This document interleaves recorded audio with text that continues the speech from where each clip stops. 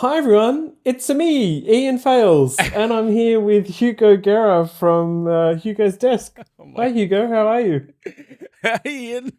Oh my God, you took me into surprise by that one. I am very good, thank you. How are you? Very good. Today we're obviously talking about the Super Mario Brothers movie, a movie that I did not enjoy. I am putting it out there straight away. I Jeez. am. Oh my God, you I went know that's right an into it. early. It's like, okay, guys, so bye. The podcast is done. Like, this podcast is brought to you by Backlight. Backlight Creative enhances the entire creative project lifecycle. For pre-production, there's Celtx. For scriptwriting, beatboards, shot lists, and planning. And Backlight Gem, a narrative design platform for games and VR. For post-production, we've got ftrack Studio to manage creative projects with custom pipelines and reviews with cineSync and ftrack Review for high-res, real-time media collaboration. To manage your assets, connect your own storage to Iconik, a scalable cloud-based media asset management platform. You can learn more at backlight.co. And now on to the show.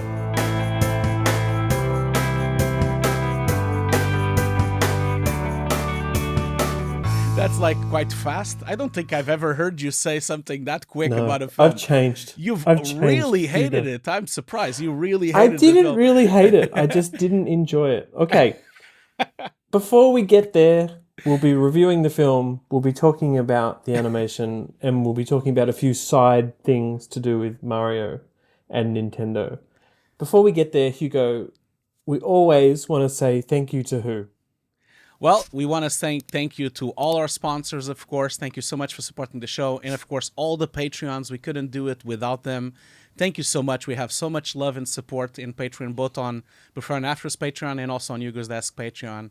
And it's been great. It's been great also to get the live streams going. You know, as everyone knows, like one of the perks of being a Patreon of the show is that you get access to these special episodes called the VFX Notes Plus, which are live streams, which you can come in and chat with us, and we've done 3 so far. So check them out. If you become a patron, you can always have access to the VOD of all of them. And of course, you know, want to thank our subscribers and all our viewers and everyone that always leaves so nice messages to all of us. Thank you so much.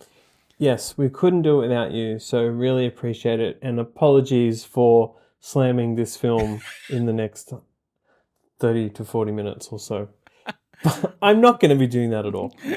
Hugo, I'm sort of keen to get a review of the film first. Then we will, I think, unwrap and discover how obsessed you are with video games for people who don't already know.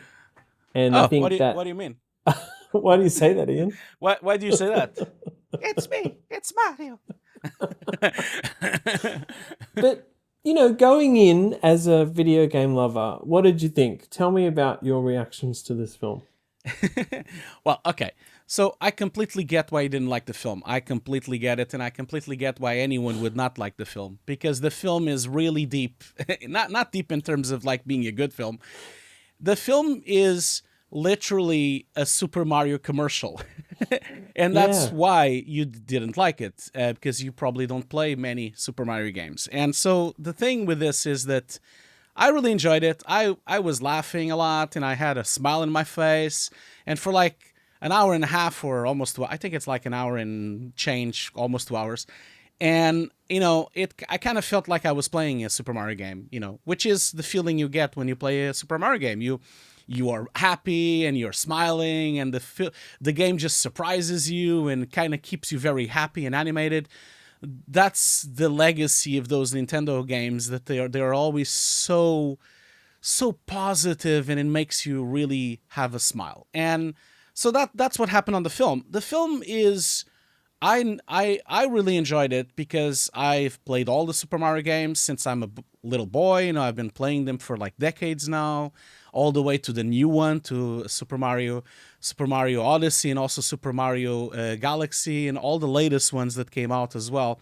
So I think I loved it because of that, and I think any fan of the games will love it as well, because it's filled with lore. You know, there's like thousands of Easter eggs on this film, and Mm. you're watching the film and you are finding things the whole time. It was incredibly distracting because I was watching the film and I've kind of missed plot parts because I was so distracted by the stuff on screen because there's so many Easter eggs. I really recommend anyone to go to YouTube.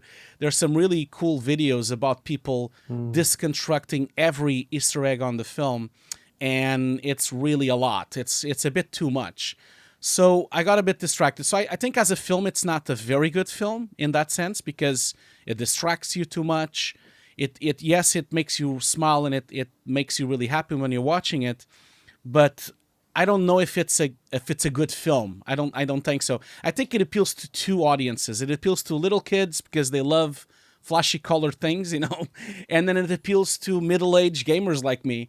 I think that's really the two audiences, which, to be fair, it's pretty broad because then you have that's pretty much the fathers and then the kids, so it's the parents and the kids.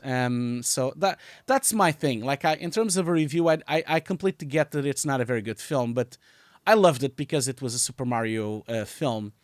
Do I remember it that clearly? Not really. I kind of forgot half of it. I don't think it's that deep. It's like a children's movie, It's yeah. I think so. Well, just jumping off that is the reason I didn't love it. I just felt this was such a simplistic plot and almost a plot that has no basis. I mean, you'll tell me that it does in Mario's world. By the way, I love Nintendo and Super Mario, and I played when I was a teenager Super Mario Brothers and Mario Kart, and I think it's quirky and silly and weird, which is what I kind of love about it and love about a lot of Nintendo stuff. But when it came time to watch this as a film, right? Yeah. And just go, okay, they're in New York, they're plumbers, they get taken to a different world, they want to impress their parents. That's it. That's the plot. I just recited it. I know. But And that's the guess plot what, of the Hugo? game. That's the point. Yeah. I know. The That's games. what The they were games is going just for. yeah. It's the same with the games. The games have no plot. I mean, come on.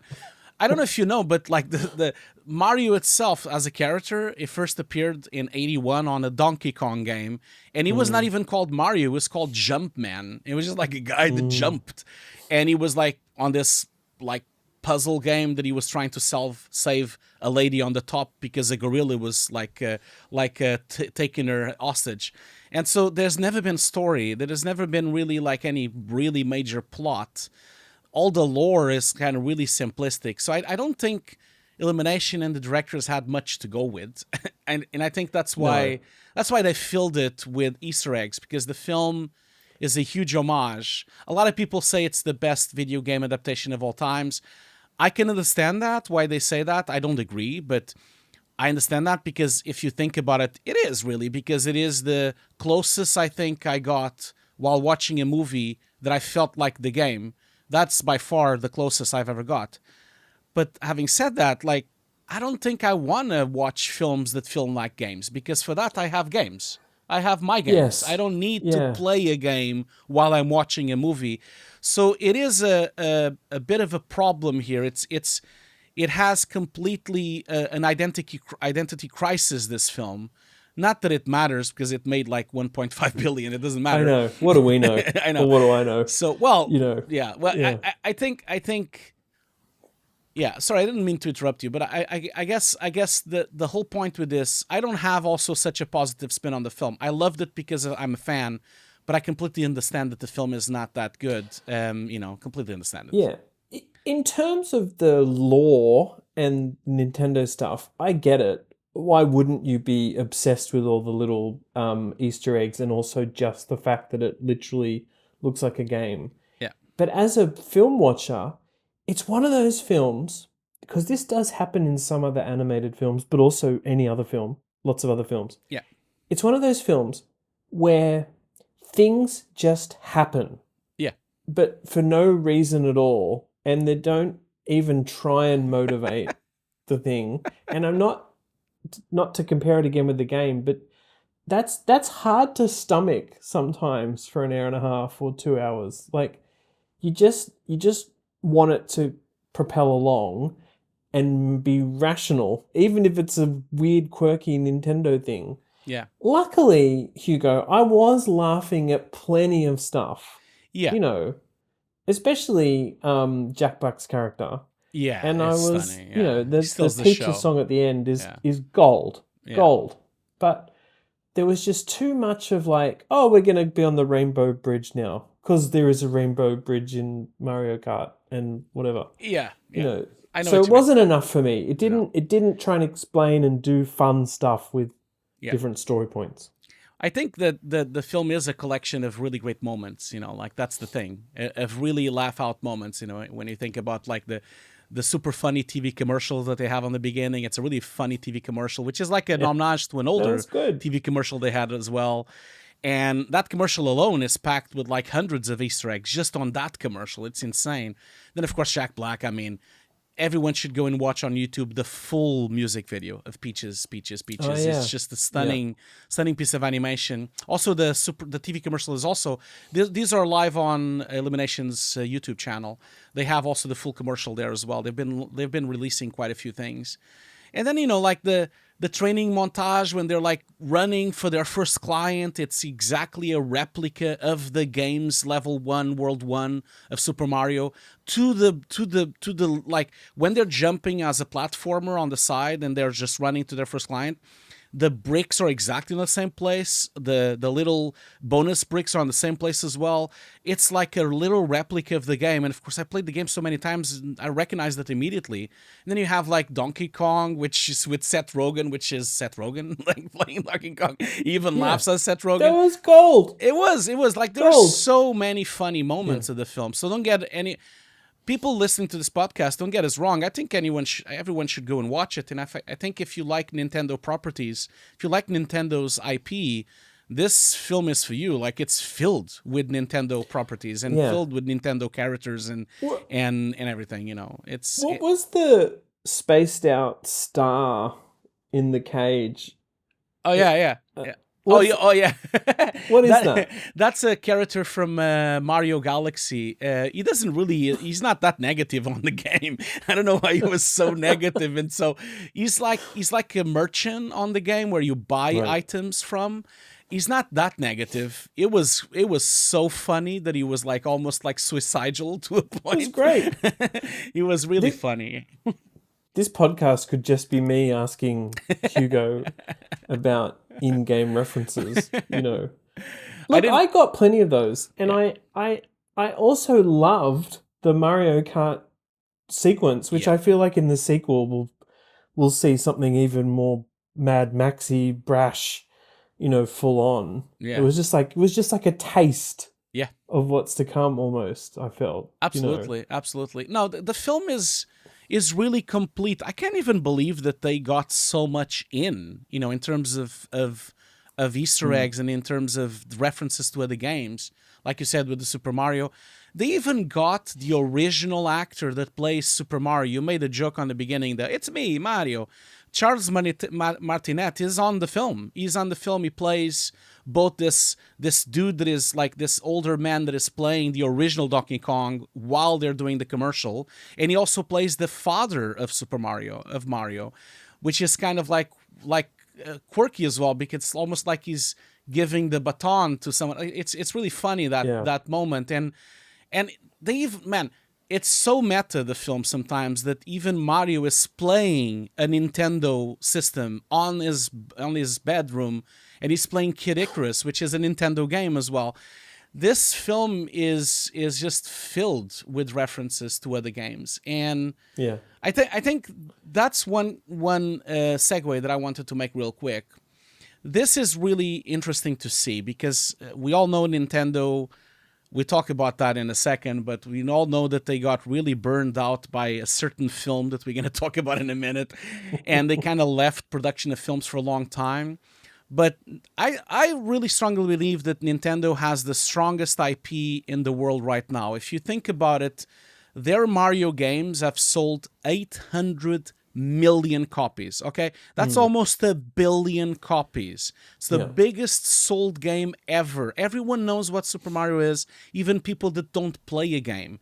That's really powerful. And I think from Super Mario to Zelda to Star Fox to like Donkey Kong to Pigman, all these characters that Nintendo has created, most of them coming from Shigeru Miyamoto, which is the right now he's like one of the presidents of, like, he's not a president of Nintendo, but he's the creative director of Nintendo, but he was the original creator of Mario.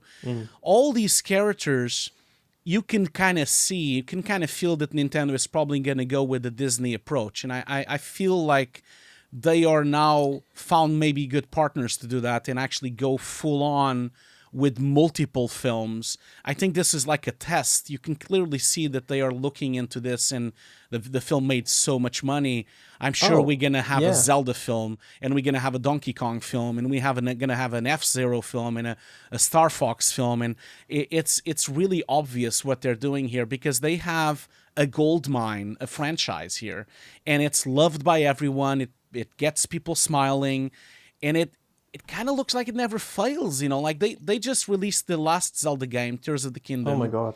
They just released it just now, 12 million copies in 3 days. It's insane. It's insane. They are probably one of the biggest IP waiting to happen that exists right now, and I wouldn't be surprised if we see like a future Nintendo universe, you know, going on more than the games, because they've already said that they want to be more than just the games, you know. So that's going to be super interesting to see. Yes, and they hit a goldmine, or the right partnership with Illumination, because of what you said, which is they wanted to make it feel like you were in the game, playing the game. But before we talk about this film that Nintendo didn't have a good experience with, that was actually one other thing that I'm going to say which might be controversial, Hugo, which is, while I was watching this film, the Super Mario Brothers movie, there were times when I thought, this should be live action. No, I mean it. And maybe that would have been such action, a trip. Oh my god, it would have been such a trip. Live action plumbers could go into a crazy world. Maybe that would be too Free Guy-esque, you know, or there's some other films that have done that. But there was just, like, when you mentioned they're running to wherever they're running to their first plumbing job, and it's like they're doing the game. Yeah. That to me would work so well as a live action sequence, awesome. Right? Yeah, absolutely. But anyway, that obviously was never going to happen because of, Hugo, the 1993 disaster that was Super Mario Brothers. I think you are into something, because I do think that some of their franchises might become live action. If you think about it, F-Zero for driving could be in live action, and also Star Fox also, and even Zelda might be a live action. So, but I agree with you, that would have been a trip to do it on live action. Yeah. But my God, that film that you're about to talk about, I mean, my God, that is that film is a disaster, and it is, everything is a disaster on it. I know a lot of people like it, and it has a bit of a cult. Love it.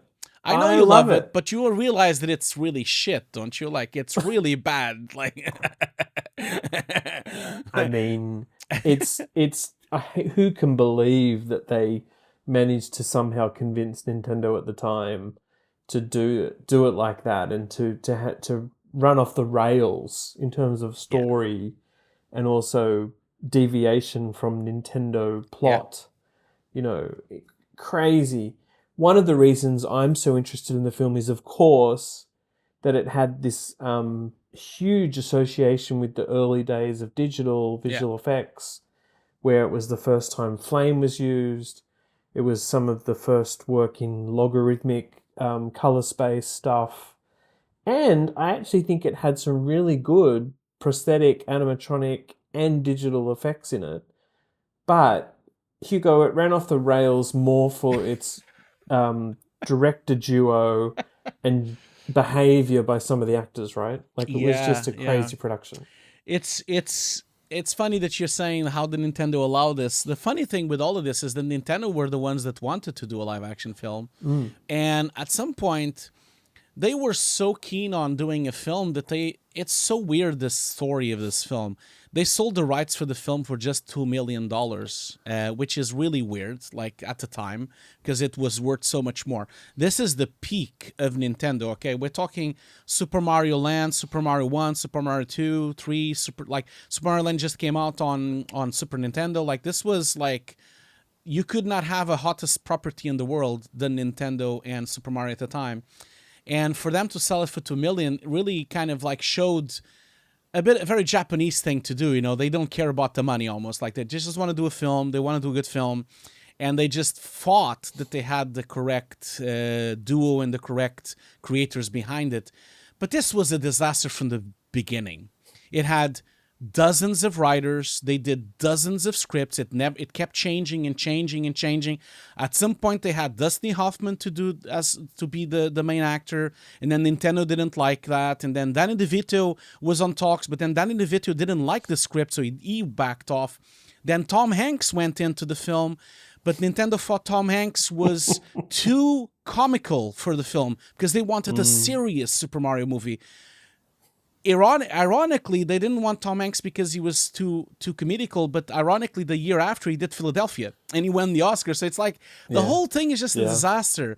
Then they wanted, like, for Bowser, they wanted Arnold Schwarzenegger for Bowser. It's just insane. And then they tried Michael Keaton. He turned them down as well. Finally, Dennis Hopper accepted, and Bob Hoskins accepted. The funny thing with Bob Hoskins is that he accepted it after the success of Roger Rabbit. He didn't even know what Super Mario was. He didn't even play the game. The whole thing was a disaster to start with, you know. When you rewatch the film, it's so obvious that someone, either Nintendo or the filmmakers or producers, they got fixated on the New York plumber side of it, didn't they? Yeah. And so that was like, oh, well, then it's set in this New York and it's grungy and it's, you know, that very 80s, 90s look of New York, quite dark. But really, they took what was a weird, quirky Japanese Nintendo thing of New York plumbers, you know, which is so random in itself. And everything just emanated from that, which was a mistake. Yep. I mean, not that they should have been plumbers, sure, but it's almost like the plumber in Super Nintendo, Super Mario, is fish out of water.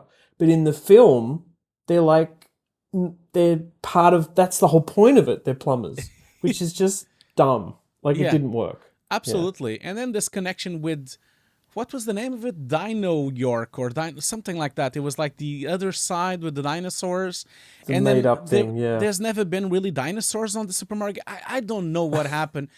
And like you said, and well, then Koopas, I mean, sure, yeah. But then it's like you said, like the on-set thing didn't work out. Like every day they were rewriting the scripts. Actors would come into the set. They didn't even knew what lines they were going to say. They didn't know what part. So at some point, Dennis Hopper kind of like said in many interviews, not only him, but Dennis Hopper and John Leguizamo said on interviews that every day was a new day and they had no idea what that day would come. And so they would just do it shot by shot, day by day. That's why the film is schizophrenic almost. And also like the actors would get drunk on set as well because they didn't care anymore. Like many stories of John and Bob Hoskins being drunk on set before the shots, and the directors were mocked and everyone hated them. Like this is so fascinating to deconstruct this story of this film, because I don't know, man. I don't know what happened. But this is the pure example of what happens when you have so many cooks on the kitchen, so many people involved trying to direct and trying to do different scripts. This is what happens. Like creativity is just like it's almost like a film on acid. It makes no sense, especially the last half an hour. The film makes no sense whatsoever. And it's just, I really struggle to watch it again. I watched it recently because we've talked a bit about it on an episode on the very beginning of this podcast. I think it was like on the third or fourth episode, and I really struggled to watch it again. And I know you love it, but my God, it's a shit film. Oh my God. It just reminds me of a very, maybe it's a 10-year window of American films set in New York where it was so, and shot on film, so dark and grungy, like the Teenage Mutant Ninja Turtle films. You know, like I just love that look. That's actually one of my big takeaways from this film and the films of that era. You know, it had a certain look to it, which I really like. It's candied and it's hyper real because that's what they thought they would do to try and make it gamey. But yeah, it didn't work. I mean, we also might not have mentioned that there were these original directors. They got fired or left Yeah. and replaced by a husband and wife directing team who apparently had super rows, you know, during filming. The fascinating thing is that you know that they have never worked again. The director duo, Right? They've never done a film ever again. Still to this day, like on one of the interviews, Annabelle is saying on the interview that even like in the late 2000s, like 2010, they would call to try to do productions and someone would just answer, "Oh, you did the Super Mario film." That would be the thing that they would say. So they were burned for life because of this film. Yeah. Which is sad. It's very sad. No one should ever be burned just because of one production. But I guess it was just a bit too much because the film lost money. And I think this is the first time Nintendo had a flop. That's why they still stay away for so long. You know, it took them 30 years to go back to film. They have never had flops. At this time, Nintendo was invincible because they survived the big crash of the games industry with Atari. They survived all of those things. They were always on the top. They were the biggest selling console ever. And the only moment they had a flop really was when they finally in the 2010s did the Wii U console, which really flopped, really major flopped after the Wii, which was a huge success. So they are not accustomed to flopping and to having a disaster on their hands.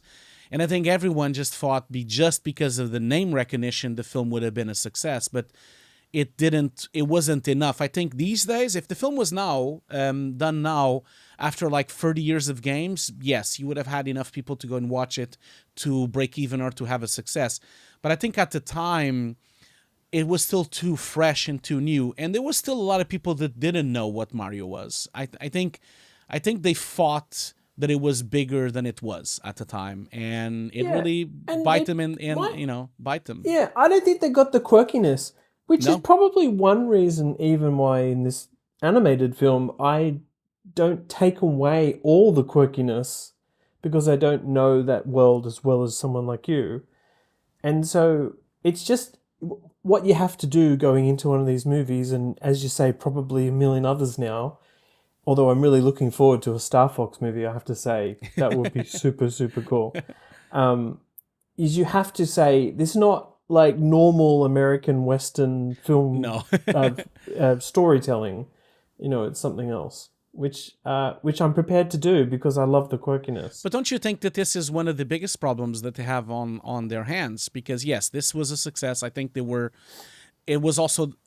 hasn't done a film in a long time. Mario has been dormant for a long time in the mainstream, except the games.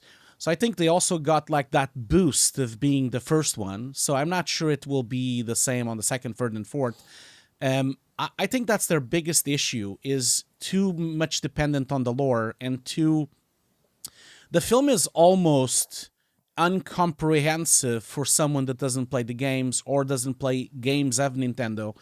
I feel like they went a bit too far if you think about it. That might be a problem that they need to face. They need to like maybe bring it down a notch because then they're going to lose people like you. They're going to lose the other people that haven't kept up with the games, haven't kept up with the Nintendo universe, and maybe just want to enjoy a good animation film.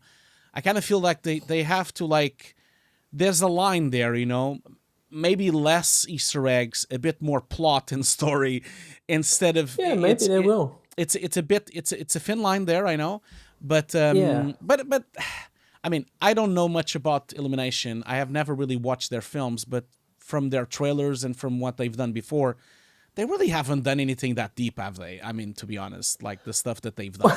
So Well, I it's not mean, like Pixar. It's not really the early Pixar. It's not the same kind of no. storytelling. I I mean, I would say that the next Super Mario film will be just as successful because Illumination know what they're doing. They've done amazing work with Despicable Me sequels, and they have a Minions franchise and the Sing franchise they and always a bring Secret they Life of... always they always break a billion always with their films. Always, it's insane. Yeah. All those films have been a huge success. Yeah. I mean, let's talk about Illumination. As you say, you'd say you don't know much about them. No, I actually think that's a bit of their calling card. They're in the world of 3D animation studios where, Walt Disney, Pixar, and DreamWorks are maybe the most well known. Illumination is kind of like really well known because it makes these huge, really profitable films, yeah, but not very well known in terms of its production process or, technology or kind of the discussion of all the behind the scenes, which we absolutely get with Pixar, yeah, DreamWorks, and Walt Disney Animation. I think it's kind of their thing. They've found a business model with Universal to make these huge films, but that seem to cost a lot less than a classic Pixar, yeah. DreamWorks, Walt Disney film. And that might be where they get made, which is generally Europe. It might be just that they don't care as much about the technology, even though I have to say, Super Mario Brothers looked incredible. Yeah, Like I know. it totally popped. Some of know. those water simulations, I know. there's a I lot of know. water. I have it Looked on my notes. It's awesome. like some of the most photoreal water I've seen in a film in a long time. It looks yeah. stunning. I know what you mean. Yeah, and some of the especially when you look at this, you sent me some stills from the production, and it looks, if you pause it, it looks the texture work and the detail that they put in still has this kind of look of cartoon, but with a complete set of photoreal texturing and shading work. It's just a great mix. Not too much shading, not too much cartoonish, just a perfect mix of both. And so you get this photorealism wrapped on some kind of cartoon animation Pixar level thing. I think it looks better than some Pixar movies. It's very beautiful. I know what you mean. It's really, really beautiful. It's your very classic CG animated film, whereas things have kind of moved on a little bit to much more stylized stuff in very recent times. I don't know too much about Illumination's process or rendering engine or anything like that. I know the names MGLR, which might have been its old renderer, and there's another name that's been out there called Symbor, which may well be its new renderer, or I could have mixed those two up.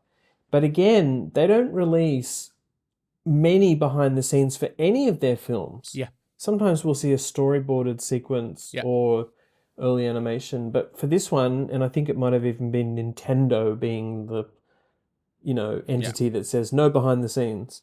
There's literally nothing, but which is fine. Yeah. That's almost, as I say, part of Illumination's thing. Just to quickly talk about Illumination, they're basically the creation of a visual effects studio called MacGuff in France. Yeah. And at some point, MacGuff was split in two, and now is known as Illumination Studio in terms of its animation. And MacGuff still exists as a visual effects studio. Yeah. I think this is a really interesting history we should do another time on a different podcast, Hugo. But that French background, it really fits the movie and the source material because, as you probably know, France has been having an animation history that goes very deep and very old. They also have some of the best animation schools in the world. And to be honest, like some of the visual effects departments, for example, here in London, a lot of French animators work in the big facilities of visual effects. I mean, I remember walking around at the 3D department at the Mill in London, and it was a French department. Everyone spoke French, and you just like it was really really heavy. They have a really strong pool of talent with animation, so makes perfect sense because every frame of this film you can see the love and care and creativity that went into the animation of this, and it's Yeah. a very French animation style for sure. Yeah. Yes. And in fact, I think that's also why something like Despicable Me or, some of the Grinch Lorax films were successful because they're a bit quirky Yeah. French, Yeah. even though they're by an American studio, effectively. Yeah. And children and audiences just like, oh, this is something different than Pixar and Yeah. whatever else. So that's why they've been successful. I was only going to say, Hugo, though, there's a really interesting history of visual effects studios that have basically become animation studios. The famous ones are MacGuff, Imageworks doing Sony animation, Animalogic is now exclusively an animation studio. Cinesite, of course, does both. Yeah. And then even Blue Sky, before it was folded, was actually kind of a VFX company, merged with VIFX all those years ago. And there's been a few companies that have tried it, like Digital Domain and Framestore. And you could even say ILM obviously has done it with BrainGo. And I understand they've got a Transformers animated film coming. So it's exciting when I think, obviously the technologies are very similar, but it's exciting when artists at VFX studios get to work in these feature-length animations. Yeah. I think it would be pretty cool, actually. Yeah. And of course, the other studio is DNEG, which has an animation studio as well. Yeah. But what I wanted to say about Illumination, which I think is also really, really interesting, is that we kind of talked about it already, but they don't harp on about their technology. Yeah. And I think maybe that's because they're concentrating on story. Yeah. Now I'm critical of the story in this film, but there's an argument that if you don't worry that much about technology, you can have more time to deal with story. Yeah. And I think it's benefited their previous films. Is really the only point I wanted to make. Well, but it did benefit the story anyway, because I know you didn't really like it, but the story really for me in this film is that lore and those the Easter eggs of the film or the story. That's what the story is. Like, this film is like a collage of Easter eggs that it's almost like one of those games that you try to find the stuff, on the image. I think that's what this film is about. And they've spent a long time working with Nintendo, I'm sure, doing that. And it's funny what you said about that as well, because they are very similar to Nintendo. Nintendo also doesn't speak much about their game development. Yeah. People don't know anything really about their engines. They don't really talk much about how they made Zelda or Super Mario. In fact, there's almost no information about anything whatsoever, because Nintendo also very, very much focuses about the gameplay and the game and doesn't really care about technology. To a point that if you think about it, like, Sony is obsessed with hardware. They have the PlayStation 5, which is the most powerful console in the world. Microsoft, Xbox, most powerful console in the world. And then Nintendo has the Switch, which is like a handheld that is from technology of 2010. And it's like already 8 years old. And it's like, it almost craps itself trying to play the game, but it doesn't matter because the game's play is so good. And the game is so well crafted to that specific machine that it doesn't matter that the graphics are not that good. It doesn't matter. That's been always the Nintendo ethos from the beginning, and I think it fits really well with Illumination, and it fits really well. I was gonna make a short comparison here with Nintendo. Very rarely works with anyone. Very rarely. And if you think about it, they always like to work with other Japanese studios. And I don't know, like when they're looking for a partner, they could have went to Japan. There's a lot of animation studios in Japan. And in fact, a lot of people thought that was going to happen. And then they're partnering with Illumination, which has this kind of really French-rooted animation background with a lot of the people that were there also coming from Blue Sky. Very quirky company, not really a Pixar or Disney level thing. They could have just went to Disney. They could have done that. The reason is Chris Milledandri. I probably pronounced that name incorrectly. I mean, he is a force of nature in the CG animation world, right? Illumination, sure, but it's Chris, Yep. because he is just, making, as you say, these billion-dollar films. Of Yep. course, they're going to partner with something successful like that. No, I know, but what I meant is like they are. It looks to me like that they like to partner with very quirky types of companies. The reason I'm saying this is because they also only have one partner in the games industry, which is Ubisoft, which is also a French company. Also, of course, it has a Canadian root and it has Right. like a lot of other studios, but they do a lot of games with Ubisoft. In fact, they did the Rabbits versus Mario. They've done 2 of those games now, and they've also partnered in the past using characters from Ubisoft on their games and vice versa. Mario, like Super Nintendo characters on Ubisoft games. So they have like a lineage and a history of partnering with quirky companies. I just find that it's fascinating. They are a quirky company as well. I just feel that they don't really like the very corporate type of regular company. Yeah. It kind of feels like that. In fact, if you think about the history books, a long time ago, Microsoft went to Japan. This is a really funny story, really quick.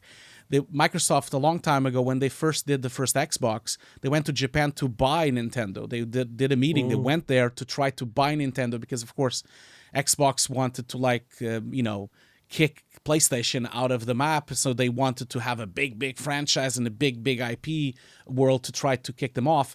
They went to try. They had a meeting. Nintendo accepted the meeting. They went and had a meeting, and then they laughed on their faces. They just laughed on. They didn't want to sell. They took the time to take them over. This is a really really recognized story in the games industry, and so it was like a bit of an embarrassment again because they just didn't want to work with such a company, and it's really strange the way that they operate. It goes back to that film that they did on the 90s.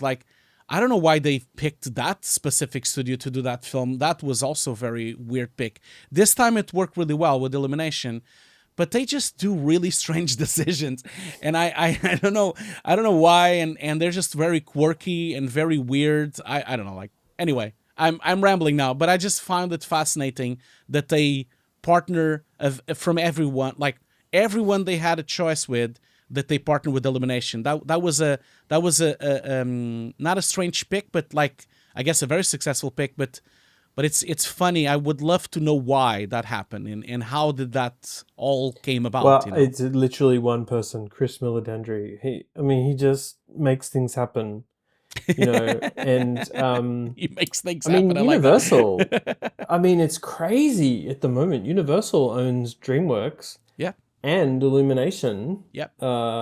And how does that work? I guess Disney owns Walt Disney, Pixar, and ILM, and a few other places. So it's kind of an interesting period of time at the moment in CG animation. Absolutely. Like Netflix bought Animal Logic, and there's just an interesting sort of development going on in who's owning who and how things are done. I was only going to say, in terms of the partner thing, Hugo, when I was doing a bit of research, there were some Sony hack emails that got leaked, Yeah. where Amy Pascal and the other Sony executives claimed in some emails that they were very close to doing this deal with Nintendo, and I think Nintendo did not think they were very close to having done the deal, or at least denied it. So that would have been interesting, considering PlayStation is in the mix with Sony. Yeah. If Sony Animation had been doing Nintendo films, but Yeah. That's not that long ago. Something like 2014. Yeah. So Absolutely. It's funny how we just recently did also the Last of Us episode, which is not out yet, but it will be out soon. It's funny how now we have these, the studios, of course, or it kind of feels like the video games industry is kind of becoming a part of the film industry as well, where we have all these films from video games franchises and video game stories, and you have all these kind of merges. Sony has their Sony Studios, which they made Uncharted, they made The Last of Us. They're about to release Ghost of Tsushima, and also they're gonna do Gran Turismo in next month as well, which is a film as well, live action version of Gran Turismo. So Sony is really going for with their studios. Nintendo is really full on thinking about doing like a Disney style IP thing, just going wild with all their IPs. It's just fascinating what's happening on that sense. All these new types of studios popping out, and then the partnerships as well, like you said. So much content. Oh my god. So much content to go around. Yes. Well, Hugo, I'll tell you what I'm going to do after having this chat with you and kind of getting excited about some of the Easter eggs. When the film is available on VOD, which actually I think is literally now or really soon, which was seems like super early. Yeah, in the United States, it already came out a few days ago. And the film is still in the cinema, by the way. It's still here on the cinema. Yeah, well, that's what I saw it at the cinema last week, and Yeah. I think I would be really curious to watch it on a really high definition television, because I think it would pop and have a different kind of feel as a gamey, filmy thing. So I think I undertake to watch it again, hopefully like with some kind of commentary or something like that on. I think would be really interesting from the directors. And maybe we'll have a quick re-chat about this another time. But absolutely.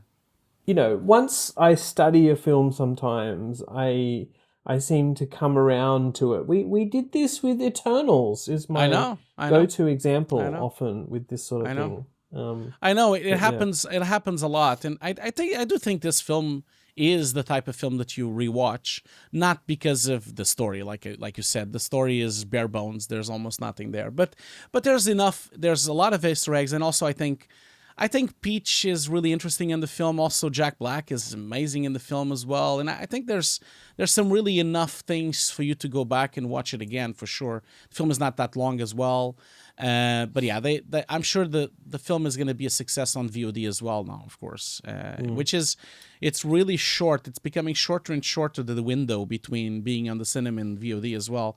But I understand why they want to put it on VOD, because they want to hit now, where people are really obsessed about the film, and they probably will buy it just to watch it again and again and again, Well, that's probably why.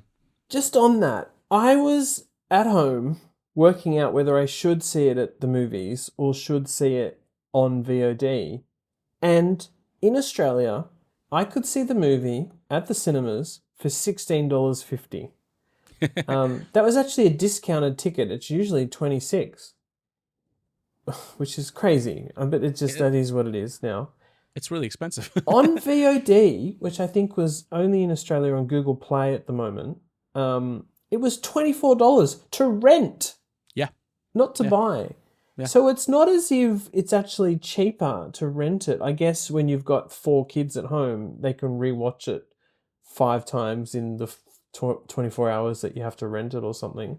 Yeah. And it was only like $2 cheaper to buy it as well. So everyone knows this about the rent and buy thing, I know. But yeah, same here. I thought that was fascinating.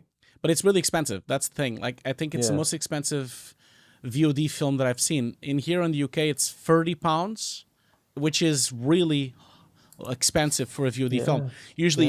Usually it's 17 or 20. It's 30. They really went all in. £30, and then for rent is 24, which is ridiculous.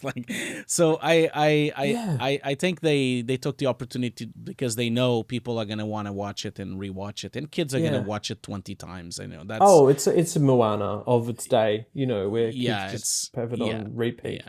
I mean, it's like that's how Disney made they made so much profit out of their DVDs at the time. Like on the beginning, they had people buying DVDs left and center because the kids would just watch them again and again and again and again. It was just insane, especially the what's the name of those films? The ice films. Sorry, I can't remember the name. It's really popular. It's the most Frozen. Frozen, yes, exactly. Yeah.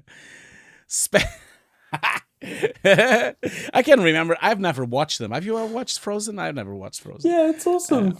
Is it awesome? The first one is really good. The second one is terrible. I need to say this because you know why also I like the film? There's no singing except that song for there's never, a Disney film, there's always constant singing all the time. Everyone is always constantly singing.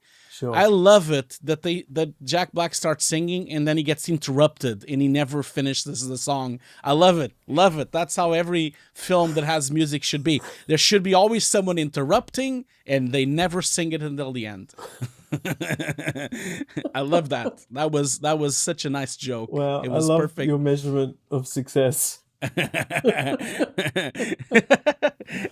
If there's too much, yeah, I know. I'm still haven't gotten over Pinocchio. Oh my god, so much singing, so much singing. Well, Hugo, I think we need to pack away our controllers and head back into the mushroom. Or no, that's not what happens, is it? See how much I don't know about Nintendo games. Also, I didn't like that he had to eat the mushroom to power up. That doesn't happen in the game, does It it? happens, yeah. It happens on the game, He yeah. doesn't eat it. He He just does, yeah, runs yeah. into it. Well, okay, but on the new games, you see it more detailed. He does eat it, so yeah. Okay. The game is very acid driven, isn't it? Like it's like it's not a kids game at all. It's really just a drugs film, isn't it? It's like an LSD mushroom drugged coke on their head like film. That should be the opener, Hugo, of this episode. Oh my It's God. kids don't do drugs. Okay, one final thing, which I think I might have even mentioned on a previous VFX Notes episode. You should all go to Illumination's website and find this graphic to do with their pipeline. Yeah. Now, it's a simple thing and it's full of minions illustrations. But if you know nothing about animation, I actually think it's really good. And Yeah. I'd almost want this poster on my wall. Yeah. And you probably could print it out. And I just think it's a really interesting thing to do. And I wish, as we said last time, maybe more studios might do that, even though Illumination doesn't actually reveal much about its process. Yeah. That particular graphic is really cool. And It's a wonderful overview of the pipeline of an animation film for sure. It's beautiful. Yeah. I love it as well. I'll put it while we're talking. But yeah, I guess that's the thing. Like you probably noticed during the podcast, we don't really have a lot to say about the pipeline because there's not much information out there, and I think that's also kind of quirky as well on its own. You know, it's quite funny that it doesn't have that much. Kind of speaks volumes for how they want to be seen as a studio, don't they? They really are more focused about the magic and about the story and about what they're creating as a creative studio than anything else, you know, which is fun. It is. Yeah. So, just to be super clear, congratulations to all the artists who worked on it. It looks amazing. It does. I just wish it had a plot. That's all I want to say. Maybe it was Nintendo reacting to the original film where they had like 20 scripts and they just gave up, you know. I know. Exactly. But man, I'm obsessed with what you said. Like a live action version of that would have been awesome. Oh my God. It would have been like a really coked out of their mind movie, of course. It would have been like really weird. Like if you just like hire Terry Gilliam to do the film and just like do it really nutty. Exactly. It would have been too crazy. And of course, how would it have been filmed? Like Avatar style or complete green screen, blue screen? Yeah, anyway. But yeah. All right, Hugo. It's always awesome to get a real perspective on video game stuff from you, the legend. Thank you for taking the time. Thanks, everyone, for listening. Thank you again to our sponsors, Patreon supporters, and subscribers. We really appreciate it. Hugo, it's been fun. Thanks, man. Yeah, man. I'll see you later. Thank you so Thanks, much, everyone. everyone. Bye. Thank you. Bye.